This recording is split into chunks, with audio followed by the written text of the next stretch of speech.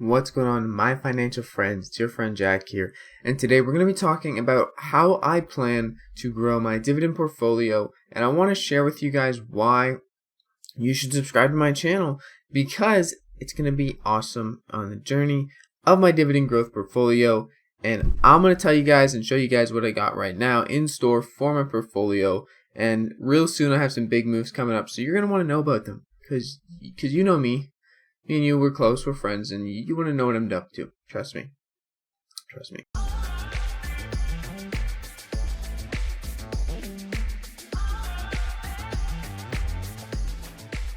Now, before we get into this video, I just want to tell you guys, this is not financial advice whatsoever.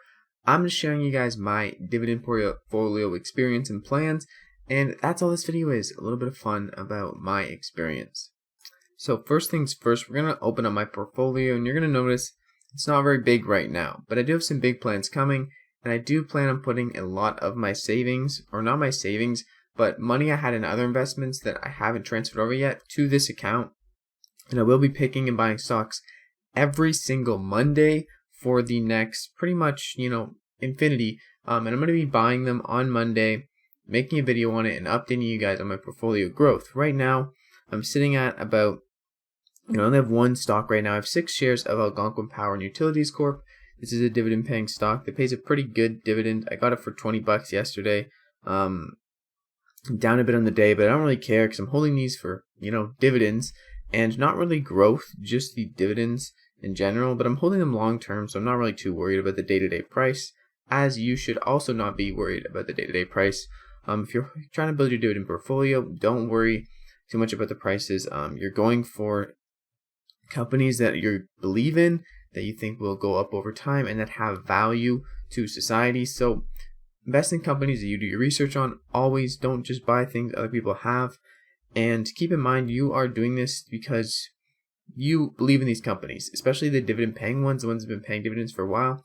Invest in companies that you think will do well in the long term, so you can get paid dividends for the long term. Now, I am by no means an expert in stocks, portfolios, dividends at all. I'm still pretty new to this actually, but I figured I'd share my journey. And right now, I'm just going to tell you guys some of the things I have on my watch list for my dividend portfolio that I'm going to be buying over the next few weeks. So right here, starting off, we have the one we already have, which is Algonquin Power and Utilities Corp. I already have that stock. Might purchase some more shares of it down in the future. But next up, we have Bank of Nova Scotia, a really good dividend stock. Tons of people own this. I'll probably wait. I might buy this at some point. Probably wait a little bit, just because it is really up there right now. However, over the past 5 years, it's not. But anyways, the reason I have these on my watch list is because I will be dollar cost averaging into these stocks, meaning I will be buying one stock every week at the same price roughly. Spending the same amount of money every week, pretty much, or every month rather, to make sure I don't, try to time. I'm not trying to time the markets. I'm just, putting my money in at the same time, same amount every month, every week, and that lowers my risk a lot, and I don't have to think too much about oh my god, it's a good time to buy, you better buy now. Also, this way I can record my stock purchases every single Monday because I'm purchasing them on Monday, but I'll look at my watch list on Monday, then I will decide, which stock am I going to buy. If any, it should be buying a stock, because I don't worry too much about the prices, because this is a long-term portfolio, right? So the prices aren't really that big of a deal, especially when we're looking for dividend stocks. Obviously, a huge spike out the wazoo is probably not my favorite thing to buy on, but let's keep looking at my my watch list, and I do have some utilities in here, but Canadian Imperial Bank of Commerce and CIBC. I've been with them for a while. I recently left CIBC to go with Tangerine, and that's why I have Bank of Nova Scotia on there. Bank of Nova Scotia is actually the owner of Tangerine, the parent company, and CIBC, why I really like them is they have a good yield. They've been paying for a while, but they also own Simply, which is another online banking, not brick and mortar, so they're a parent company of that.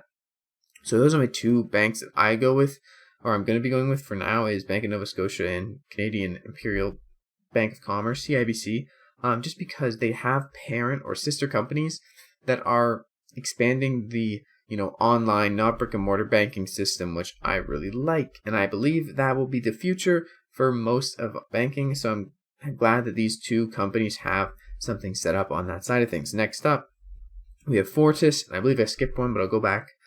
This is actually I believe a gold mining company. I don't remember. I need to do more research on this company, but they have been paying dividends and increasing their dividends for the past, I believe, 40 something years. So they're the second highest or second longest streaking Canadian eligible dividends.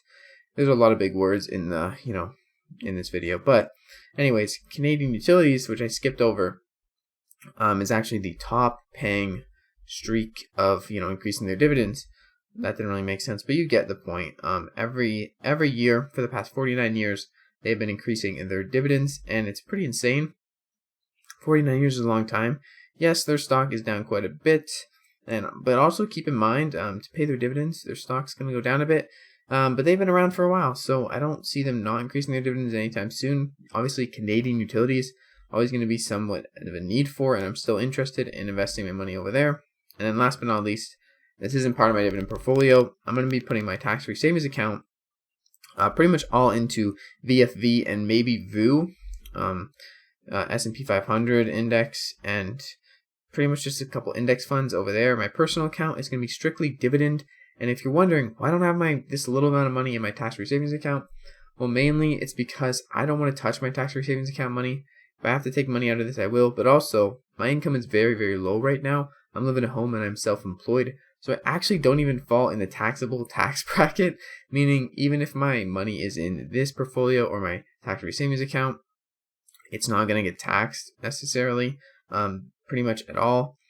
And also something to keep in mind is that, I'm not really wanting to mix my portfolios because I'm going to be, eventually my tax-free savings account is going to be maxed out.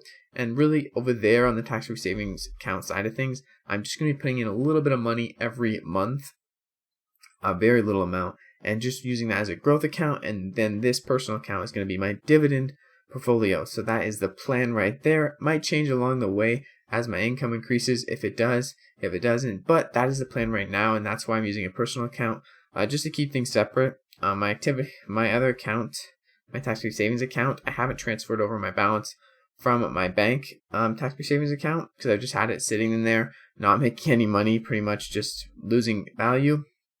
But yeah, that is the plan. That's what's going on over here.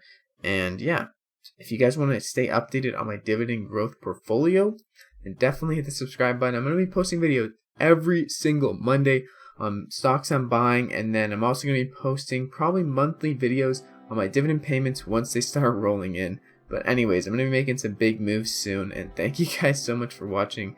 It's been your friend Jack. Peace out.